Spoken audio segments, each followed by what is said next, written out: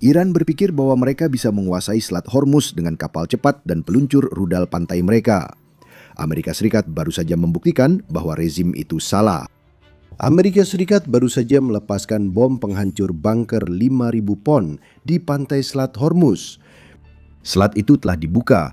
Amerika Serikat sedang membersihkan jalur agar kapal dagang bisa berlayar kembali, dan mereka melakukannya dengan menggunakan bom baru yang akan merebut kendali selat dari Iran untuk selamanya. Kita akan bahas keistimewaan bom penghancur bunker terbaru Amerika Serikat di video ini. Pertama, mari lihat langkah Amerika Serikat. CENTCOM mengumumkan di X pada 17 Maret untuk menjelaskan hal-hal dasarnya. Beberapa jam yang lalu, pasukan Amerika Serikat berhasil menggunakan beberapa amunisi penembus sasaran yang diperkuat seberat 5.000 pon pada situs rudal Iran yang diperkuat di sepanjang garis pantai Iran dekat Selat Hormuz, kata CENTCOM. CENTCOM menyatakan rudal jelajah anti kapal Iran di lokasi itu membahayakan pelayaran internasional di selat tersebut. Kita sudah tahu apa yang terjadi dan alasannya secara singkat. Namun masih banyak yang perlu dibahas, terutama jenis bom yang digunakan Arekas dan apa yang akan terjadi selanjutnya di Selat Hormuz. Menghancurkan lokasi peluncuran rudal Iran di pantai sangat penting. Rezim memakai lokasi itu untuk meneror kapal dagang di Selat Hormuz. AS bertujuan menjaga jalur penting yang selama ini dihambat rezim Iran itu tetap sebisa mungkin terbuka dengan menghancurkan lokasi rudal tersebut. Menurut Telegraph, Iran memakai beberapa taktik untuk mempertahankan kendali atas Selat Hormuz. Kapal cepat, yaitu perahu cepat bersenjata rudal anti kapal yang terbang rendah di atas permukaan laut dan senjata lain, kerap keluar masuk selat untuk menyerang kapal dagang saat ada peluang. Namun rudal anti kapal yang baru saja jadi target bom bunker Amerika Serikat adalah ancaman terbesar jangka panjang. Kapal cepat dapat menjadi target selama Amerika Serikat tetap mempertahankan kehadiran udaranya di selat, seperti yang dikatakannya akan dilakukan dengan mengerahkan pesawat serang A-10 Warthog untuk menghadapi kapal-kapal itu. Namun, rudal jelajah anti kapal Iran lebih berbahaya. Rudal-rudal ini, termasuk Gadir dan Qadar, dipasang di truk sehingga bisa bergerak di jalan, dan senjata-senjata ini jauh lebih sulit dihancurkan dari udara dibandingkan menghancurkan kapal cepat di air. Iran punya rudal yang bisa menyerang kapal di hampir seluruh selat. Jangkauan rudal-rudal mereka bervariasi dari 12 mil hingga 186 mil, mencakup seluruh jalur perairan dari pantai hingga pintu masuk dan keluar selat. Iran bahkan memiliki Abu Mahdi. Rudal jelajah yang kuat ini dapat menempuh jarak hingga 621 mil, memberikan rezim Iran ancaman yang melampaui satu jalur perairan yang sedang menimbulkan begitu banyak masalah setelah AS Rikas meluncurkan operasi Epic Fury. Ketika Anda menambahkan rudal balistik anti kapal Hormuz 2 dan Gulf buatan Iran, keduanya berjangkauan 186 mil dan dirancang untuk menghantam kapal bergerak dengan navigasi satelit, ancaman yang jelas pun muncul dan perlu diberantas. AS akan menghancurkan persediaan rudal Iran dimanapun mereka menemukannya. Namun pendekatan yang jauh lebih efektif adalah menghancurkan peluncur yang telah Iran tempatkan di sepanjang pantai Selat Hormuz. Karena bahkan rudal anti kapal dan rudal jelajah terbaik Iran menjadi tidak berguna ketika tidak ada lagi yang bisa ditembakkan. Masalah bagi Amerika Serikat adalah Iran juga menyembunyikan peluncurnya. Peluncur ini biasanya disimpan di terowongan bawah tanah atau di terowongan yang digali di lereng gunung, sehingga tidak bisa dihancurkan rudal dan bom biasa Amerika. Peluncur-peluncur itu tersembunyi terlalu dalam untuk dijangkau dengan cara itu. AS memerlukan senjata lain untuk menonaktifkan situs rudal Iran di Selat Hormuz, dan mereka menemukannya pada GBU-72 yang baru dikembangkan. Inilah amunisi penembus dalam seberat 5.000 pon yang disebutkan oleh CENTCOM, dan ini adalah bagian dari persenjataan bom yang terus berkembang yang sedang dikembangkan Amerika Serikat untuk menghancurkan situs rudal yang diperkuat dan berada di bawah tanah. Penggunaan bom penembus bunker pada Iran di operasi Epic Fury bukan hal baru. Amerika telah memakai senjata penembus besar 30.000 pon MOP pada fasilitas nuklir Talagan 2 dan mengguncang Iran dengan pemboman bom penembus bunker 2.000 pon di lokasi peluncuran rudal serta fasilitas yang diperkuat di seluruh negeri. Namun, penggunaan GBU-72 untuk menghancurkan lokasi peluncuran di pesisir Selat Hormuz berbeda. Ini kabarnya pertama kali Amerika Serikat memakai bom penembus bunker ini. Menurut Hal Kemper, analis keamanan nasional dan pensiunan perwira intelijen marinir. Dalam wawancara dengan Fox News, Kemper ditanya apakah Amerika Serikat pernah memakai GBU-72 sebelumnya. Setahu saya, tidak, katanya. Saya rasa ini pertama kalinya yang ini digunakan. Dia menyebut Amerika Serikat telah bertahun-tahun mengembangkan bom penghancur bunker ini, kemungkinan untuk digunakan terhadap Iran dan negara lain dengan fasilitas bawah tanah kuat. Tujuan penggunaan bom jenis ini bukan selalu menghancurkan fasilitas, karena beberapa terkubur sangat dalam sehingga MOP dengan penetrasi 200 kaki pun tak dapat menjangkaunya. Namun, bunker bawah tanah membutuhkan pintu masuk dan keluar. Mereka membutuhkan terowongan yang menuju ke dalamnya, dan semuanya harus dibangun dari permukaan ke bawah. Hancurkan terowongannya, maka Anda akan membuat Iran kehilangan apapun yang ada di dalam bunkernya. Di sepanjang pantai Selat Hormuz, Amerika Serikat bertindak mencegah peluncur rudal anti kapal Iran muncul kembali. Mereka melakukannya dengan bom yang belum pernah dipakai sebelumnya. Aviationist setuju dengan Kemper bahwa penggunaan GBU-72 oleh Amerika Serikat terhadap Iran adalah yang pertama dalam sejarah. Namun Warzone atau TWZ menyebut masih ada beberapa alasan untuk diperdebatkan. TWZ menunjuk pada laporan Mei 2024 oleh CBS News yang mengklaim bahwa mereka telah berbicara dengan 3 pejabat Amerika Serikat yang mengkonfirmasi bahwa GBU-72 telah digunakan pada kompleks Houthi di Yaman setelah kelompok tersebut menargetkan kapal-kapal di Laut Merah. Kabarnya bom itu berhasil mengenai sasarannya, menarik melihat beberapa kesamaan di sini. Houthi, seperti Iran di Selat Hormuz, berusaha menghentikan pelayaran lewat serangan di jalur utama. Kerumitannya bertambah karena Houthi didukung Iran dan sering disebut proksi rezim Iran. Artinya, jika laporan CBS itu benar, Iran sudah punya pengalaman menghadapi GBU-72 sebelumnya.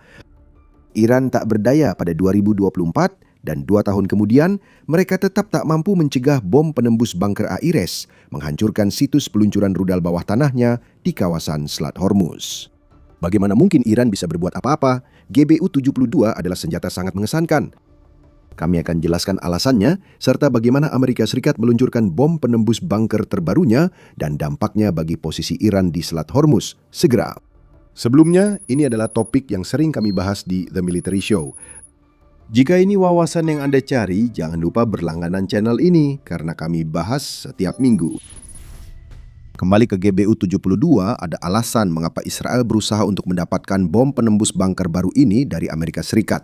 Yang kita ketahui tentang senjata ini adalah bahwa senjata ini awalnya dikembangkan untuk menggantikan GBU-28 milik Amerika yang mulai digunakan pada tahun 1991. Ini adalah bom penembus bunker seberat 5.000 pon lain. Meski sudah 30 tahun, mungkin kurang efektif melawan bunker bawah tanah Iran dibanding saat menghancurkan target keras di masa lalu. Kita tahu Angkatan Udara Amerika Serikat memperkenalkan GBU-72 tahun 2021 saat mengumumkan bom ini sukses dijatuhkan dari F-15A Strike Eagle dalam uji coba. Itu juga memberi petunjuk soal ISS mengerahkan bom penembus bunker di Selat Hormuz. Jadi, tetap bersama kami untuk info selanjutnya. Ada juga foto-foto yang muncul pada tahun 2024 yang menunjukkan pembom B-1 membawa GBU-72 di pilon eksternal, yang menunjukkan bahwa IS memiliki setidaknya 2 opsi untuk mengerahkan bom dahsyat ini. Kebetulan, B-1 saat ini berada di RAF Barefoot, siap untuk terbang dalam misi berikutnya kapan saja dibutuhkan. Iran sudah pernah diguncang oleh GBU-72 sebelumnya. Iran kemungkinan akan menghadapi lebih banyak bom semacam itu dalam waktu dekat. Untuk bom itu sendiri, TWZ mengatakan bahwa bom ini menggabungkan hulu ledak penembus BLU-138B dengan varian dari Joint Direct Attack Munition atau kit JDAM yang digunakan Amerika Serikat untuk bom penembus bunker seberat 2.000 pon. Perangkat ekor ini memadukan sistem navigasi GPS dan inersia, sehingga Amerika Serikat bisa meluncurkan bom dari jarak jauh dan mengurangi ancaman pertahanan udara Iran terhadap pesawat yang meluncurkan bom. Pertahanan itu tidak akan menjadi ancaman berarti. Iran kini hanya bisa mencoba bertahan dari serangan udara Amerika dengan kantong-kantong pertahanan udara yang terisolasi setelah operasi Epic Fury dan operasi Roaring Lion Israel menghancurkan sekitar 85% jaringan pertahanan udara Iran menurut Alma Research and Education Center. Menariknya, TWZ menambahkan bahwa hulu ledak GBU-72 tampaknya menggabungkan bahan peledak AFX-757 dengan PBXN-109. Perlu dicatat, kombinasi ini sama seperti yang digunakan di MOP yang sudah disebutkan sebelumnya. Tampaknya Amerika Serikat telah menemukan sesuatu yang benar-benar efektif di sini. Selain itu, kita belum tahu banyak tentang GBU-72 sehingga muncul spekulasi soal jangkauan dan kemampuan penetrasinya. Menurut TWZ, GBU-28 dapat menembus 15 kaki beton bertulang dan sekitar 150 kaki tanah. Jika GBU-72 dirancang menggantikan penghancur bunker lama, wajar jika bom ini bisa menembus lebih dalam ke kedua material itu, sehingga bunker bawah tanah Iran terancam. Dan ingat, bukan bunkernya sendiri yang perlu dihantam oleh AS. Menghancurkan terowongan yang digunakan Iran untuk memindahkan peluncur rudal Selat Hormuz ke dan dari bunker sudah cukup membuatnya tidak berfungsi. AS bisa saja melakukan hal serupa dengan bom penghancur bunker seberat 2000 pon yang kita bahas sebelumnya, tapi akan dibutuhkan lebih banyak bom tersebut untuk menimbulkan kerusakan yang setara, dan AS mungkin sedang menyimpan senjata-senjata itu untuk serangan yang lebih dalam ke wilayah utama Iran. AS ingin segera menyelesaikan serangan ini dan menghantam Iran sekuat mungkin. Beton tidak bisa menghentikan GBU-72, tanah pun tidak bisa. Dan di seluruh pesisir Selat Hormuz, Iran terus-menerus belajar dari pelajaran itu. Kamu ingat petunjuk yang kami ceritakan? Sebenarnya itu tidak terlalu halus. Untuk mengirimkan GBU-72 ke dekat lokasi peluncuran rudal bawah tanah Iran, Arikas mungkin telah menggunakan F-15E atau pembom B-1. RBC Ukraine memiliki detailnya, mencatat bahwa perkiraan saat ini menunjukkan bahwa AESEC menjatuhkan beberapa GBU-72 pada target Iran selama serangan penghancur bunker terbaru mereka. Media tersebut berspekulasi bahwa besarnya muatan ini menunjukkan bahwa B-1 yang ditempatkan AESEC di RAF Fairford pasti menjadi pilihan, karena masing-masing mampu membawa hingga 12 GBU-72. Sebaliknya, F-15E milik Amerika hanya dapat membawa satu bom kuat ini masing-masing, jadi masuk akal jika B-1 yang dikerahkan. Alasan utamanya adalah meningkatkan daya tembak dalam satu serangan dan mengurangi risiko dari pertahanan udara Iran dengan meminimalkan jumlah target. Bukan berarti F-15E tidak terlibat dalam operasi itu. Mereka mungkin saja terlibat, mungkin masuk dan keluar untuk melakukan serangan awal saat B-1 menyelesaikan perjalanan sejauh 8.500 km atau 5.281 mil ke Iran, atau untuk melakukan serangan lanjutan setelah lokasi peluncuran utama sudah dihancurkan. Namun jika RBC Ukraine benar dan ISS meluncurkan hingga 48 GBU-72 ke situs rudal Iran, maka B-1 lah yang harusnya mengirimkan sebagian besar kekuatan tembak tersebut. Apapun pesawat yang digunakan IRIS-REC, satu hal yang pasti kita ketahui adalah bahwa GBU-72 telah diluncurkan melintasi Selat Hormuz. Itu membuat kita harus menjawab dua pertanyaan. Mengapa sekarang dan apa yang akan terjadi selanjutnya? Kita akan bahas pertanyaan terakhir itu di akhir video. Adapun alasan mengapa ISS memilih sekarang untuk meluncurkan senjata penghancur bunker terbaru mereka, New York Post membahas dasarnya dalam laporannya tentang serangan Amerika. Laporan tersebut menyatakan Iran berupaya memblokade Selat Hormuz sejak operasi Epic Fury dimulai dan cukup berhasil. Iran berhasil menghentikan sebagian besar dari 27% energi maritim global yang melewati satu jalur air ini tiap tahun dengan kombinasi ranjau, drone, kapal cepat, dan rudal anti kapal. Harga minyak sempat melonjak di atas $100 per barel beberapa kali selama konflik. Iran yakin dapat menekan Amerika Serikat membatalkan operasi Epic Fury melalui tindakannya di Selat Hormuz, salah satu jalur air paling strategis di dunia. Seperti yang disorot oleh New York Times dalam artikel tanggal 21 Maret, selat ini begitu penting sehingga Amerika Serikat pernah menugaskan kapal-kapal untuk menjaga keamanannya dan melakukan itu selama 3/4 abad. Namun sebagian besar wilayah Selat Hormuz merupakan perairan Iran yang pada akhirnya membuat jalur air ini menjadi titik kemacetan besar bagi pasokan energi dunia. Iran memanfaatkan situasi dengan melancarkan serangan misil dan serangan lain untuk menakuti kapal dagang yang melintasi selat itu. ABC News Australia melaporkan bahwa setidaknya 20 kapal telah diserang di dalam dan sekitar Selat Hormuz sejak operasi Epic Fury dimulai pada 28 Februari. Kapal-kapal tidak berlayar. Mereka yang berlayar hanya lewat satu persatu. The New York Times menyebut kini rata-rata hanya 3 atau 4 kapal yang berani melintasi selat itu tiap hari.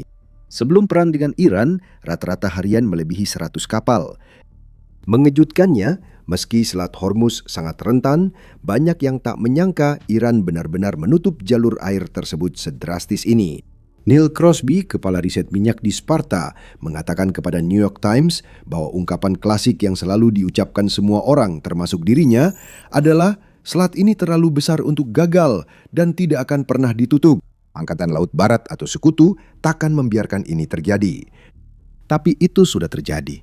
dan GBU-72 yang meluncur ke lokasi peluncuran rudal anti kapal di seluruh Selat Hormuz adalah respons utama yang diberikan Amerika Serikat untuk masalah yang diciptakan Iran.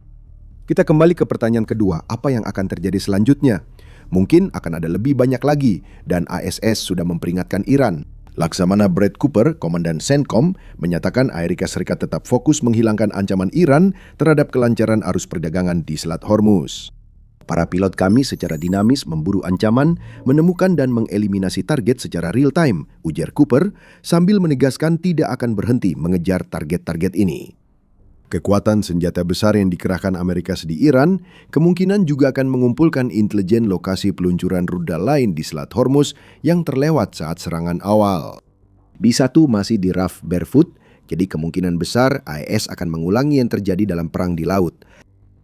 Presiden Amerika Serikat Donald Trump juga mengisyaratkan hal yang sama saat ia memberikan peringatan kepada Iran pada 22 Maret bahwa rezimnya memiliki waktu 48 jam untuk membuka kembali Selat Hormuz. Jika tidak, Amerika Serikat akan menghancurkan pembangkit listrik domestik yang menjaga aliran listrik di seluruh negeri.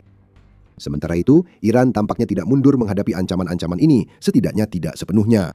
Juru bicara pemerintah Mohammed Bakar Khalibah telah menanggapi ancaman Trump melalui X dan memberi pernyataan segera setelahnya. Pembangkit listrik dan infrastruktur di negara kami menjadi sasaran. Infrastruktur penting, infrastruktur energi dan fasilitas minyak di seluruh kawasan akan dianggap sebagai target yang sah dan akan dihancurkan secara permanen, serta harga minyak akan tetap tinggi untuk waktu yang lama. Namun, ada tanda bahwa tekanan terus-menerus Amerika Serikat pada Iran di Selat Hormuz mulai berdampak. Pada 22 Maret, Reuters melaporkan bahwa Iran telah mengatakan bahwa mereka membuka selat tersebut untuk semua kapal, kecuali kapal-kapal yang terkait dengan musuh. Langkah ini diambil saat Iran mencari solusi diplomatik atas kekacauan yang dihadapi, meski belum jelas kapal mana yang akan dianggap terkait Amerika Serikat. Tentu saja kapal-kapal Amerika yang mencoba melewati Selat Hormuz akan masuk dalam kategori tersebut. Tapi bagaimana dengan kapal dagang yang bersekutu dengan NATO atau kapal dari negara-negara yang berbisnis dengan Amerika Serikat? Apakah Iran masih akan mencoba menyerang? Atau ini cara Iran menerima tenggat 48 jam dari Trump sambil tetap membusungkan dada dan mengklaim tidak menyerah? Beberapa hari ke depan, transit atau justru ketiadaan transit di Selat Hormuz akan sangat mengungkap banyak hal. Trump, di luar soal tenggat waktunya, tetap meminta sekutu Amerika membantu menjaga Selat Hormuz, namun juga mengklaim ASEC tak butuh sekutu-sekutu itu. Ya, kita tidak terlalu membutuhkan bantuan, dan sebenarnya kita tidak membutuhkan bantuan sama sekali. Trump telah menyatakan hampir dalam satu napas yang sama saat dia mengklaim bahwa NATO telah membuat kesalahan besar dengan tidak membantu Amerika Serikat menjaga Selat Hormuz. Bagaimanapun juga, NATO mungkin akan segera datang. Sekretaris Jenderalnya Mark Rutte telah mengatakan bahwa sekutu-sekutu NATO sedang secara aktif mencari jalan keluar untuk krisis Selat Hormuz. Axios melaporkan pada 19 Maret bahwa 7 sekutu Amerika Serikat siap membentuk koalisi untuk membantu patroli di Selat Hormuz, meski belum ada komitmen atau kejelasan apakah misi ini akan berjalan selama operasi Epic Fury masih berlangsung. Saat ini, Iran harus menghadapi dampak dari serangan bom penghancur bunker Amerika Serikat ke fasilitas rudal bawah tanah di Selat Hormuz. Dan Iran mungkin akan menghadapi lebih banyak masalah lagi jika mereka berniat menggunakan drone mereka untuk menimbulkan ancaman di jalur perairan tersebut. Bantuan tak terduga datang ke Amerika Serikat dan negara teluk yang terancam Iran melalui Ukraina dan drone pencegatnya. Cari tahu lebih lanjut tentang hal itu di video kami. Dan jangan lupa untuk berlangganan The Military Show jika Anda ingin melihat lebih banyak video kami yang membahas perkembangan terbaru dalam operasi Epic Fury. Terima kasih telah menonton.